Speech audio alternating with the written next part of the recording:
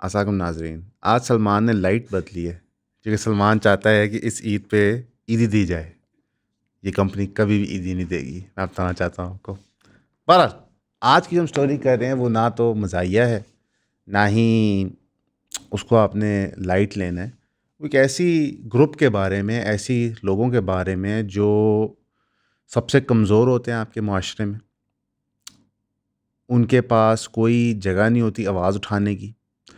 अगर खुदा न खास्ता उनकी आवाज़ उठ भी जाए तो उन पे इतना प्रेशर डाला जाता है कि उनके वालदैन, उनके बड़े, उनके गांव वाले उनको मजबूर करते हैं कि आप चुप कर जाओ। हम बात कर रहे हैं गरीब बच्चों की। आप कहेंगे यार गरीब बच्चों की आवाज़ कौन नहीं सुनना चाहता? मैं और आप नहीं सुनना चाहते, क्योंकि अगर हम सुनना चाहते होते, अगर हम मुआशरे में बेहतरी चाहते होते, तो जो सानिया कसूर 2015 में हुआ था एक गांव हुसैन खान वाला में, उसके बाद मेरा ख्याल है कोई गुंजाइश रह नहीं गई थी। एक डिस्कवरी होती है जब एक आर्टिकल ब्रेक होता है कि जी एक इलाका है, वहाँ पे कंटिन्यूस कंप्लेंट्स आ रही हैं चाइल्ड अब्यूज़ की। वहाँ पे कंटिन्यूस कंप्लेंट्स ये भी आ रही हैं कि बच्चों की मूवीज़ यानी कि फोश फिल्में बनाई जा रही और इसके ऊपर पुलिस एक्शन नहीं ले रही। इसके ऊपर ये भी खबर आती है कि जब पुलिस को अप्रोच किया जाता है तो वो उल्टा फैमिली को ही डराते और धमकाते हैं। इसमें ये भी दिखाया जाता है कि जब वकला किए जाते हैं कसूर वाले डिस्ट्रिक्ट में, तो वकला खुद प्रेशर डालते हैं कि केस सेटल कर लिया जाए आउट ऑफ कोर्ट। इतने बड़े पैमाने पे बच्चों का इज्जत के ऊपर हाथ डाला जा रहा होता है, उनकी ज़िंदगियां तबाह की जा रही होती हैं और कोई कुछ नहीं करता। जो रेक्विजिट तरीके थे, थाना, अदालत, उसको खटखटाया जाता है लेकिन वहाँ से कोई रिस्पॉन्स नहीं आता। तो इवेंचुअली मीडिया के ज़रिए ख़बर ब्रेक होती है। पुलिस इस पे रातों रात कार्रवाई करती है और 15 से 30 लोगों को अरेस्ट करती है। लेकिन किन को अरेस्ट करती है ये किसी को नहीं पता, नाम नहीं बताए जाते। उन 15 से 30 अरेस्ट किए हुए लोगों में से सिर्फ 2 लोगों को उम्र भर कैद होती है, वसीम सिंधी और अलीम आरिफ को। 3 साल बाद 2018 में उनको अक्विट कर दिया जाता है due to lack of evidence. Faizan Majid, Haseem Amir, वो 2 और लड़के होते हैं जिनको सज़ा दी गई होती है, उनको 2023 में अक्विट कर दिया जाता है। और इसके अलावा 2 नामालूम अफराद हैं जिनके नाम कभी रिपोर्ट नहीं किए गए, उनको भी बरी-ओ-ज़मा कर दिया जाता है। आज 2025 में उस पूरे साने और उस पूरे वाक़े के बाद एक भी बंदा कन्विक्टेड नहीं है। यानी कि 2015, 16, 17, 18, 19, 20, 21, 22, 23, 24 और आज 25, 11वां साल कोई बंदा कन्विक्ट नहीं हुआ। अब आप कहेंगे यार ये कैसे हो सकता है? ये ऐसे हो सकता है कि जब डॉन उंगली करे उस बंदे की तरफ जो पाकिस्तान मुस्लिम लीग नवाज का एक MP है, मलिक सईद, और क्या है कि इसकी छतर छाया में ये सारा गैंग ऑपरेट कर रहा था, तो फिर आपको समझ आता है कि ये लोग माफ़ क्यों कर दिए गए। सबसे पहले आप सबका बहुत शुक्रिया हमें सब्सक्राइब करने के लिए। जिन जिन दोस्तों ने हमारी फैमिली में शामिल हुए 3000 की सब्सक्रिप्शन लेके, काइंडली हमें व्हाट्सएप किया करें ताकि हमें पता हो कि हमने किस ग्रुप में ऐड करना है। वैसे जो आप सब्सक्राइब कर रहे हैं इसके लिए आपको 12 वीडियोज़ हर महीने मिलेंगी जो प्राइवेट वीडियोज़ होगी, यानी कि वो कॉन्टेंट किसी ने ना पहले देखा होगा ना वो कभी किसी मेन चैनल पर अपलोड होगा। वो सिर्फ आपके कंजम्पशन के लिए होगा जो 3000 की सब्सक्रिप्शन पे कर रहे हैं। अब वो कॉन्टेंट होगा क्या? उसमें आपको लाइफ स्टोरीज पता चलेंगी, कुछ फिलोसॉफिकल आइडियाज़ डिस्कस होंगे, कुछ पर्टिकुलर इंसिडेंट्स होते हैं जिसकी वजह से चैनल्स डिमोनेटाइज हो जाते हैं, वो ग्रेट डिटेल में डिस्कस होंगे। कुछ आपके साथ कंटेंट शेयर किया जाएगा जो अवेलेबल नहीं है आम पब्लिक को और जो पब्लिकली उस तरह शेयर भी नहीं हो सकता।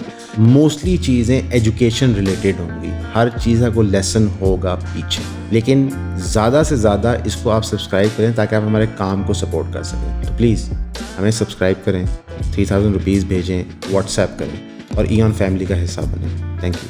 जब ताने बाने आपके हाई कोर्ट तक मिलने जाके कि हाई कोर्ट्स के क्लर्क्स भी वहाँ पे मौके पे आके उन बच्चों का मिसयूज़ और अब्यूज़ कर रहे थे, तो फिर आपको समझ आता है ये लोग बचते कैसे हैं। हमारे मुल्क के अंदर हमारे ताकतवर लोगों ने ना तो सिर्फ ये फ़ैसला किया है कि उन्होंने हमारा पैसा लूटना है, बल्कि उन्होंने ये भी फ़ैसला कर लिया कि उन्होंने हमारे बच्चों के साथ ज़्यादती करनी है। अगर हमें रद्दी भर भी इस चीज़ का एहसास होता तो ये वाक़या दोबारा नहीं होना था।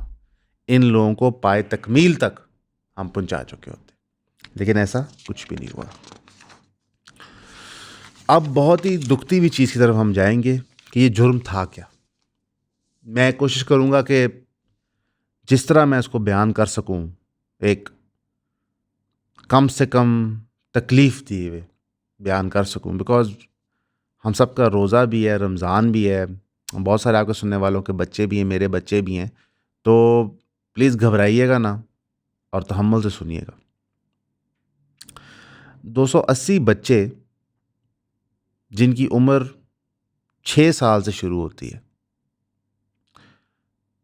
और जो रिपोर्टिंग की जा रही होती है मामलात की, वो सन 2006 से शुरू होती है, उनको अगवा करके उनके साथ ज़ोर ज़बरदस्ती की जाती है। उस ज़ोर ज़बरदस्ती की वीडियोस बनाई जाती हैं, फिर वो वीडियोस उनके वालिदैन को दिखा के उनसे पैसे लिए जाते हैं। इलाका ऐसा है कि वहाँ पे लोगों को इज़्ज़त की इतनी एक अजीब सा कॉन्सेप्ट है कि वो पुलिस के पास डरते हुए जाते नहीं।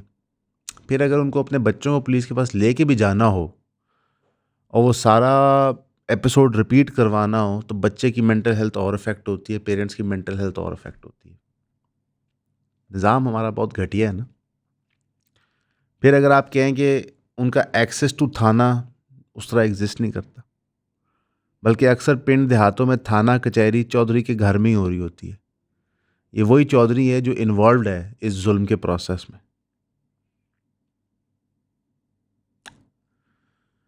बच्चों के साथ जुल्म हो रहा है, उनकी वीडियोस बन रही हैं, वीडियोस पेरेंट्स को दिखा के उनसे पैसा लिया जा रहा है। मौके के ऊपर जब ये केसेस बहुत ज़्यादा बढ़ जाते हैं तो लोकल लोग एहतजाज करते हैं। जब हर घर में ये कहानी हो जाती है, तो पहले जो हमसाया साथ वाले हमसाये से छुपा रहा था कि मेरे घर में क्या जुल्म हुआ है, जब हर घर में ही जुल्म हो गया तो उन्होंने कहा ठीक है यार, अब हम सब के साथ हो गया है, कम से कम इससे शोर तो मचाएं। जो वफाकी मोहतसिब सेक्रेटेरिएट ने यूनिसेफ के साथ कोलैबोरेट करके रिपोर्ट इकट्ठी की इस इलाके की 2008 से 18 की, उसमें 272 इंसिडेंट रिपोर्ट हुए और हर साल ये इंसिडेंट्स इंक्रीज करी जा रहे थे। ये जो पर्टिकुलर ग्रोथ था, ये छोटे लड़के और टीनेजर्स को टारगेट करता था। उनको गुमनाम लोकेशन से बुलाता था और वहाँ पे उनके साथ जुर्म करता था। एक वाज़े ताकत का डिफरेंस था। अक्सर औकात ये जो जुर्म कर रहे होते थे लोग, वो एक अमीर ताकतवर तबके के होते थे और जितने विक्टिम्स थे वो सारे के सारे गरीब कमज़ोर घरानों के थे। थोड़ी सी आपको मिसाल देता हूँ।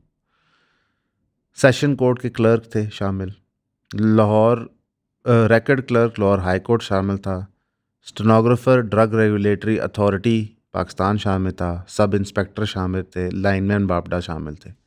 ये वो ओहदे होते हैं जो पिंडों में बड़ी वैल्यू रखते हैं, क्योंकि लोगों को इनसे वक्तन फ़वक्तन काम पड़ते रहते हैं।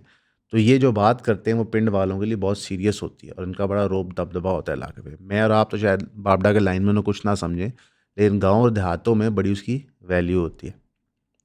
इसकी वजह से जब यही लोग इन लोगों पे जुल्म करते थे तो ये आगे से चुप करने को भी मजबूर होते थे कि हमारे पे कोई फ़र्ज़ी केस ना बना दें, हमारी बिजली ना काट दें, हमें किसी कोर्ट कचहरी के मामले में ना फंसा दें। ये एक डर होता है ना लोगों को। कसूर के अंदर इस पे प्रोटेस्ट होता है, इवेंचुअली वो पूरे पाकिस्तान में ट्रिकल डाउन होता है।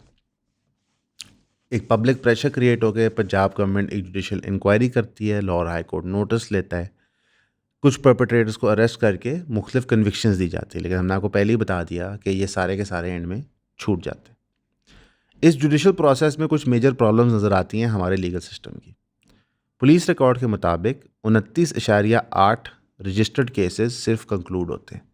यानी कि अगर 100 केस रजिस्टर होता है तो उसमें से 29.8 यानी 30 केस कंक्लूड होता है।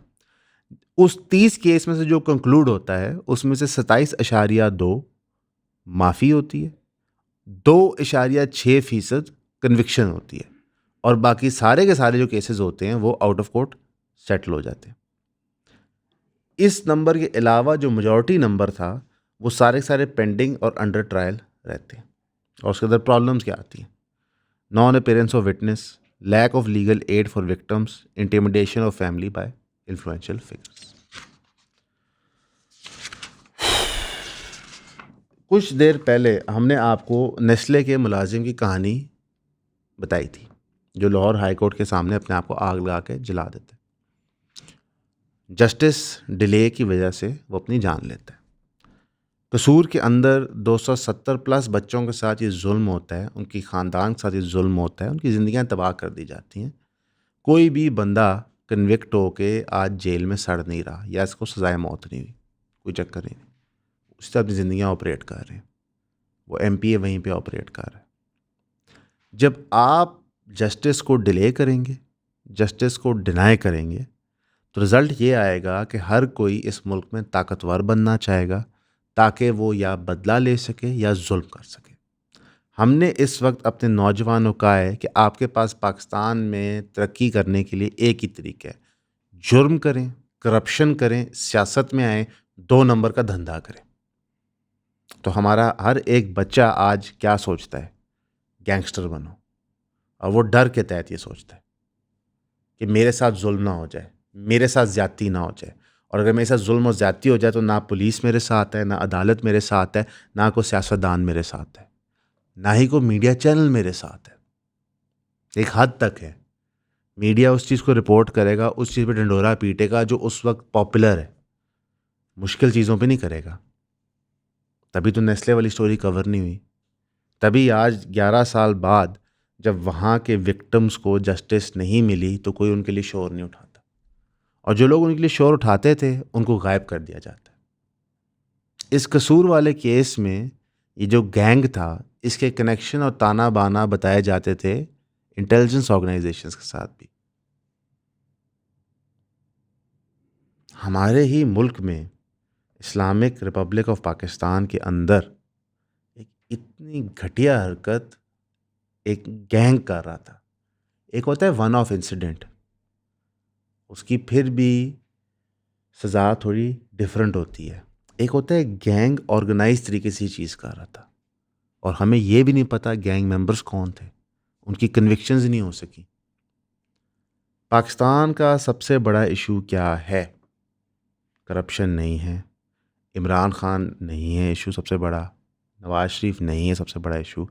पाकिस्तान का सबसे बड़ा इशू ये है कि जो हमारी आम आवाम है उनके इश्यूज़ पे बात नहीं की जाती। जो आम आवाम को चीज़ें अफेक्ट करती हैं उन इश्यूज़ पे शोर नहीं मचाया जाता।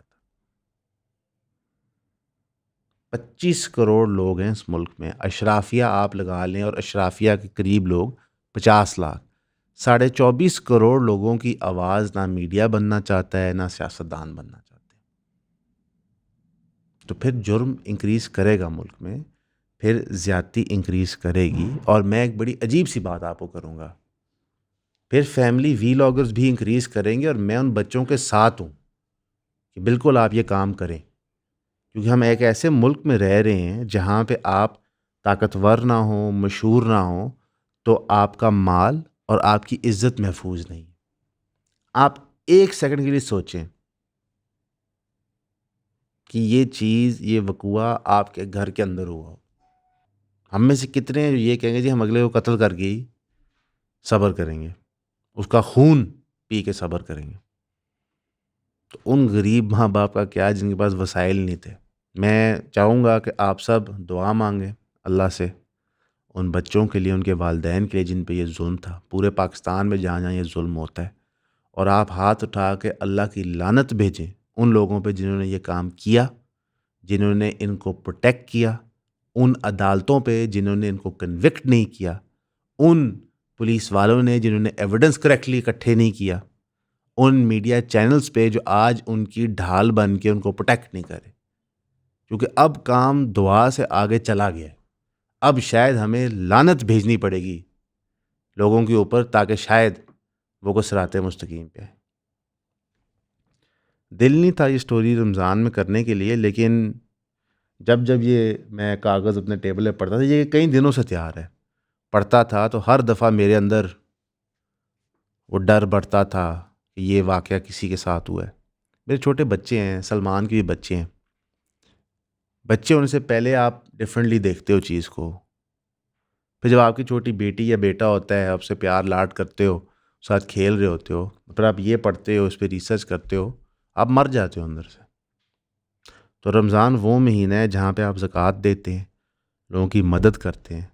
तो आएँ नेस्ले वाले की मदद करें, आएँ इन लोगों की मदद करें और इन जैसों की मदद करें जिनके साथ जुल्म हो रहा है।